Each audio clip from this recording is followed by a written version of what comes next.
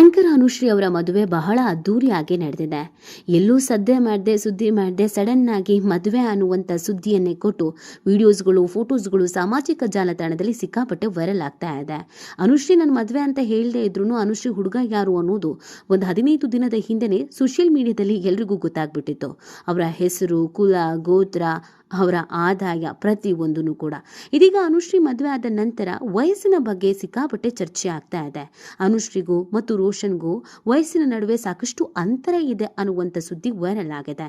ಅದಲ್ಲದೆ ಗಂಡ ಹೆಂಡತಿ ನಡುವೆ ಹಲವು ವಿಚಾರಗಳಲ್ಲಿ ಅಜಗಜಾಂತರ ವ್ಯತ್ಯಾಸ ಇದೆ. ಅದು ಓದಾಗಿರ್ಬೋದು, ಅಥವಾ ಆಸ್ತಿ ವಿಚಾರ ಆಗಿರ್ಬೋದು, ಅಥವಾ ವಯಸ್ಸಾಗಿರ್ಬೋದು. ಹಾಗಿದ್ರೆ ಗಂಡ ಹೆಂಡತಿ ನಡುವೆ ಇಬ್ಬರಿಗೂ ಇರುವಂಥ ಅಜಗಜಾಂತರ ವ್ಯತ್ಯಾಸಗಳು ಯಾವುದುದು? ತುಂಬಾ ಜನ ಅನುಶ್ರೀನ ಕಾಲೆಳಿತಾ ಇದ್ರು, ದುಡ್ಡಿರೋ ಹುಡುಗ ಅಂತ ಮದುವೆ ಆಗಿದ್ದಾನೆ ಅಂತ. ಆದರೆ ಈ ವಿಡಿಯೋ ನೋಡಿದ್ಮೇಲೆ ನಿಮಗೆ ಸತ್ಯಾನುಸತ್ಯತೆ ಏನು ಅನ್ನೋದು ಗೊತ್ತಾಗತ್ತೆ. ಆದರೆ ಇಲ್ಲಿವರೆಗೂ ನಿಮ್ಮ ಮೆಗಾ ಸುದ್ದಿಯನ್ನು ಸಬ್ಸ್ಕ್ರೈಬ್ ಮಾಡಿಲ್ಲ ಅಂದರೆ ಈಗಲೇ ಸಬ್ಸ್ಕ್ರೈಬ್ ಮಾಡಿ. ಹೆಚ್ಚಿನ ಮಾಹಿತಿಗಾಗಿ ಬೆಲ್ ಐಕಾನ್ ಪ್ರೆಸ್ ಮಾಡೋದನ್ನು ಮರಿಬೇಡಿ. ಎಸ್, ಆಂಕರ್ ಅನುಶ್ರೀ ಅವರು ಮದುವೆ ಆಗಿದ್ದಾರೆ ಅನ್ನೋದೇ ತುಂಬ ಜನಕ್ಕೆ ಖುಷಿ. ತುಂಬ ಜನ ಕಾಲೆಳೆಯೋ ಕೆಲಸ ಮಾಡ್ತಾ ಇದ್ದಾರೆ, ಈ ವಯಸ್ಸಲ್ಲಿ ಇದು ಬೇಕಿತ್ತ ಅಂತ. ಆದರೆ ಒಬ್ಬ ಹೆಣ್ಣು ತಾನು ಒಬ್ಬಳೇ ದುಡಿದು ಕಷ್ಟಪಟ್ಟು ಲೈಫ್ ಸೆಟಲ್ ಮಾಡಿ, ತಾಯಿಯನ್ನು ನೋಡಿಕೊಂಡು ತಮ್ಮನ ಲೈಫನ್ನು ಸೆಟಲ್ ಮಾಡಿ ಎಲ್ಲ ಆದಮೇಲೆ ತನ್ನ ಜೀವನ ತಾನು ನೋಡ್ಕೊಳ್ತಾ ಇದ್ದಾಳೆ ಅನ್ನುವಂಥ ಹೆಮ್ಮೆ ಪ್ರತಿಯೊಬ್ಬರಿಗೂ ಇರಬೇಕು. ಇವತ್ತು ಕಾಲೆಳೆಯೋರು ಯಾರೂ ಕೂಡ ಅವತ್ತು ಅನುಶ್ರೀ ಕಷ್ಟದಲ್ಲಿದ್ದಾಗ ಬಂದು ಇರಲಿಲ್ಲ, ಊಟನೂ ಹಾಕಿರಲಿಲ್ಲ. ಆಕೆ ಕಷ್ಟಪಟ್ಟು ಬಂದು ತಾಯಿಗೆ ಮತ್ತು ತಮ್ಮನಿಗೆ ದಾರಿ ತೋರಿ ಆ ನಂತರ ಎಲ್ಲ ಜವಾಬ್ದಾರಿಯನ್ನು ಕಳ್ಕೊಂಡು ಆಕೆಯ ವೈಯಕ್ತಿಕ ಬದುಕಿನ ಬಗ್ಗೆ ಗಮನ ಹರಿಸ್ತಾ ಇದ್ದಾಳೆ.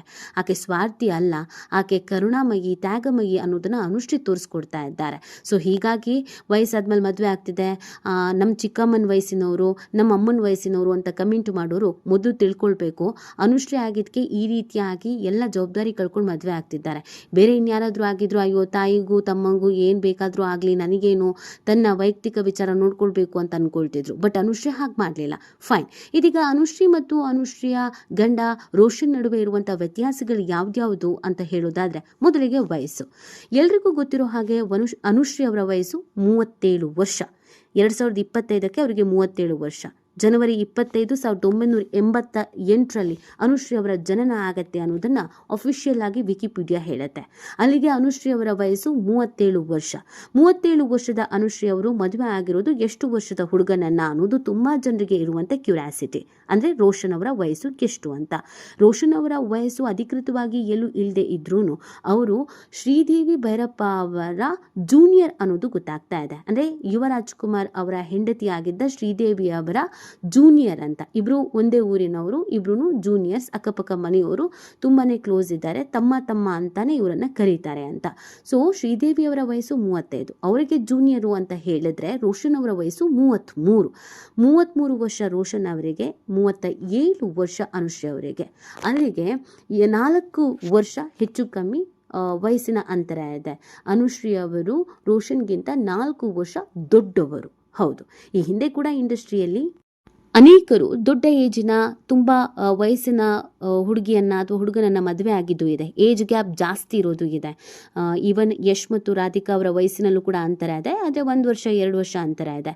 ಇಲ್ಲಿ 4 ವರ್ಷ ಅಂತರ ಇದೆ ಅನ್ನೋದನ್ನ ಹೇಳಲಾಗ್ತಾ ಇದೆ. ರೋಷನ್ ಮತ್ತು ಅನುಶ್ರೀ ಅವರ ವಯಸ್ಸಿನಲ್ಲೂ ಕೂಡ ಅಂತರ ಹೆಚ್ಚೇ ಇದೆ. ಇನ್ನು ಆಸ್ತಿ ವಿಚಾರಕ್ಕೆ ಬರೋದಾದ್ರೆ, ನಿನ್ನೆ ಮಾತನಾಡುವಂಥ ಸಂದರ್ಭದಲ್ಲಿ ರೋಷನ್ ಅವರೇ ಹೇಳ್ಕೊಂಡ ಹಾಗೆ, ನಾನು ಕೋಟ್ಯಾಧಿಪತಿ ಅಲ್ಲ, ನಾನೊಬ್ಬ ಸಾಫ್ಟ್ವೇರ್ ಇಂಜಿನಿಯರ್ ಅನ್ನೋದನ್ನ ಹೇಳ್ಕೊಂಡಿದ್ದಾರೆ. ಅವರು ಕೆಲಸಕ್ಕೆ ಹೋಗ್ತಾ ಇದ್ದಾರೆ. ಎಲ್ರಿಗೂ ಗೊತ್ತಿರೋ ಹಾಗೇನೆ ಸಾಫ್ಟ್ವೇರ್ ಇಂಜಿನಿಯರ್ ಅಂತ ಹೇಳಿದ್ರೆ ಎಷ್ಟೇ ವರ್ಷ ಎಕ್ಸ್ಪೀರಿಯನ್ಸ್ ಇದ್ರೂ ಇವಾಗ ಒಂದು 10 ವರ್ಷ ಎಕ್ಸ್ಪೀರಿಯನ್ಸ್ ಇದೆ ಅಂತಂದು ಅವರ ಸ್ಯಾಲ್ರಿ 3 ಲಕ್ಷ ರೀಚ್ ಆಗಿರುತ್ತೆ. ಸೊ ರೋಷನ್ ಅವರ ಸ್ಯಾಲ್ರಿ ಬಂದು 3 ಲಕ್ಷ. ಅವರ ಮನೆ ಕಡೆನೂ ಹೇಳಿಕೊಳ್ಳುವಂತ ಏನು ಕೋಟ್ಯಾಧಿಪತಿ 900 ಎಕರೆ ಕಾಫಿ ತೋಟ ಇದೆಲ್ಲ ಸುಳ್ಳು, ಹೇಳಿಕೊಳ್ಳುವಂತ ರಿಚ್ ಏನು ಇಲ್ಲ. ಆದ್ರೆ ಅನುಶ್ರೀ ಅವರ ಪೇಮೆಂಟ್ ಒಂದು ಈವೆಂಟ್ ಅವರು 1,90,000, 80,000 ಈ ರೀತಿಯಾಗಿ ಚಾರ್ಜ್ ಮಾಡ್ತಾರೆ. ಅಲ್ಲಿಗೆ ಅನುಶ್ರೀ ಅವರು ಒಂದು ತಿಂಗಳಲ್ಲಿ 4 ರಿಂದ 5 ಈವೆಂಟನ್ನು ಅಟೆಂಡ್ ಮಾಡಿದ್ರು ಅಂತ ಅಂದರೆ ರೋಷನ್ ಅವ್ರಿಗಿಂತ ಹೆಚ್ಚಿನ ಸಂಭಾವನೆಯನ್ನು ಪಡ್ಕೊಳ್ತಾರೆ. ಅನುಶ್ರೀ ಅವರ ಆಸ್ತಿ ಕೂಡ ಬೆಂಗಳೂರಿನಲ್ಲಿ ತುಂಬ ಇದೆ. ಸೈಟು, ಮನೆ, ಕಾಡು ಎಲ್ಲವನ್ನ ನಾವು ನೋಡಿಕೊಂಡ್ರೆ, ಸೊ ಅಲ್ಲಿಗೆ ರೋಷನ್ಗಿಂತ ರಿಚ್ ಇರೋದು ಅನುಶ್ರೀ ಅವರೇನೆ. ಅನುಶ್ರೀ ಅವರಿಗೆ ಬೇಕಾಗಿದ್ದು ಪ್ರೀತಿ ಮಾತ್ರ ಅನ್ನೋದನ್ನು ಹಲವು ಇಂಟರ್ವ್ಯೂಗಳಲ್ಲಿ, ಎಷ್ಟೋ ವರ್ಷಗಳ ಹಿಂದೆ ಕೊಟ್ಟಿರುವಂಥ ಇಂಟರ್ವ್ಯೂಗಳಲ್ಲೂ ಕೂಡ ಅನುಶ್ರೀ ಅನುಶ್ರೀ ಹೇಳ್ಕೊಂಡಿದ್ದಾರೆ. ನನಗೆ ಬೇಕಾಗಿರೋದು ಪ್ರೀತಿ. ನನ್ನನ್ನು ಬಹಳ ಪ್ರಾಂಪ್ಟಾಗಿ ಪ್ರೀತಿ ಮಾಡುವಂಥ ವ್ಯಕ್ತಿ ನನಗೆ ಸಿಕ್ಕಿದಾಗ, ತುಂಬ ಕೇರ್ ಮಾಡುವ, ತುಂಬ ಪ್ರೀತಿ ಮಾಡುವ, ಯಾವುದೇ ಸ್ವಾರ್ಥ ಇಲ್ಲದಂಥ ಮನಸ್ಸು ಶುದ್ಧಿ ಇರುವಂಥ ವ್ಯಕ್ತಿ ಸಿಕ್ಕಿದ್ರೆ ನಾನು ಮದುವೆ ಆಗ್ತೀನಿ, ಅಲ್ಲಿವರೆಗೂ ಮದುವೆ ಆಗಲ್ಲ ಅನ್ನೋದನ್ನು ಅನುಶ್ರೀ ಅವರು ಹೇಳ್ಕೊಂಡಿದ್ರು. ಹಾಗಾಗಿ ರಿಚ್ ಇರೋ ಹುಡುಗನ ನೋಡ್ಕೊಂಡು ಮದುವೆ ಆದರು ಅನ್ನೋದು ಸುಳ್ಳು. ಅನುಶ್ರೀ ಅವರೇ ರೋಷನ್ಗಿಂತ ರಿಚ್ ಇದ್ದಾರೆ. ಎರಡನೇದು ಎಜುಕೇಷನ್. ಎಲ್ರಿಗೂ ಗೊತ್ತಿರೋ ಹಾಗೇನೆ ಅನುಶ್ರೀ ಅವರು ತುಂಬ ಕಷ್ಟದಿಂದ ಮೇಲೆ ಬಂದವರು.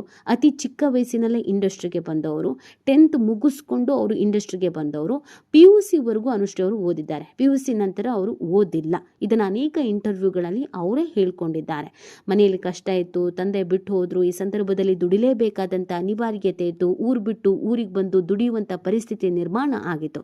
ಹಾಗಾಗಿ ಒಂದು PUCಯನ್ನು ಮುಗಿಸ್ಕೊಂಡು ಬಂದಿದ್ದಾರೆ ಅನುಶ್ರೀ ಅವರು. ಆದರೆ ರೋಷನ್ ಅವರ ವಿದ್ಯಾಭ್ಯಾಸ ಇಂಜಿನಿಯರಿಂಗ್. ಅಲ್ಲಿಗೆ ಈಗ ಅವರೇ ಹೇಳ್ಕೊಂಡಂಗೆ ನಾನು ಬಿಸ್ನೆಸ್ ಮ್ಯಾನ್ ಅಲ್ಲ, ಕೆಲಸಕ್ಕೆ ಹೋಗ್ತಾ ಇದ್ದೀನಿ ಅಂತ ಹೇಳ್ಕೊಂಡಿದ್ರು. ಅವರು ಇಂಜಿನಿಯರಿಂಗನ್ನು ಮುಗಿಸಿದ್ದಾರೆ. ಅನುಶ್ರೀಗಿಂತ ವಿದ್ಯಾಭ್ಯಾಸದ ವಿಚಾರದಲ್ಲಿ ರೋಷನ್ ಅವರು ಸ್ವಲ್ಪ ಹೆಚ್ಚಿನ ರೀತಿಯಾಗಿ ವಿದ್ಯಾಭ್ಯಾಸವನ್ನು ಪಡ್ಕೊಂಡಿದ್ದಾರೆ ಅನುಶ್ರೀ ಅವರಿಗೆ ಹೋಲಿಸ್ಕೊಂಡ್ರೆ. ಅನುಶ್ರೀ ಅವರಿಗಿಂತ ವಿದ್ಯಾಭ್ಯಾಸದ ವಿಚಾರದಲ್ಲಿ ರೋಷನ್ ಅವರು ಮುಂದಿದ್ದಾರೆ. ಇಲ್ಲಿಗೆ ಅನುಶ್ರೀ ಅವರು ದುಡ್ಡು ನೋಡಿಕೊಂಡು, ಅಂದ ನೋಡಿಕೊಂಡು, ಇನ್ನೊಂದು ಮತ್ತೊಂದು ಅಂತ ಮದುವೆ ಆಗಿದ್ದಾರೆ ರೋಷನ್ ಅವ್ರನ್ನ ಅಂತ ಹೇಳೋದು ನಿಜವಾಗ್ಲೂ ಸುಳ್ಳು. ಅನುಶ್ರೀ ಅವರು ನಿಜವಾಗ್ಲೂ ಪ್ರೀತಿ ಮಾಡಿ ತಮ್ಮನ್ನು ಪ್ರೀತಿ ಮಾಡೋ ಹುಡುಗನನ್ನು ಮದುವೆ ಆಗಿದ್ದಾರೆ ಅಂತ ಹೇಳಿದ್ರೆ ತಪ್ಪಾಗಲಿಕ್ಕಿಲ್ಲ. ಈ ಬಗ್ಗೆ ನಿಮ್ಗೇನು ಅನಿಸುತ್ತೆ ಅನ್ನೋದನ್ನು ನೀವು ಕೂಡ ಕಮೆಂಟ್ ಮಾಡಿ ನಿಮ್ಮ ಅನಿಸಿಕೆ ಮತ್ತು ಅಭಿಪ್ರಾಯವನ್ನು ತಿಳಿಸಬಹುದು.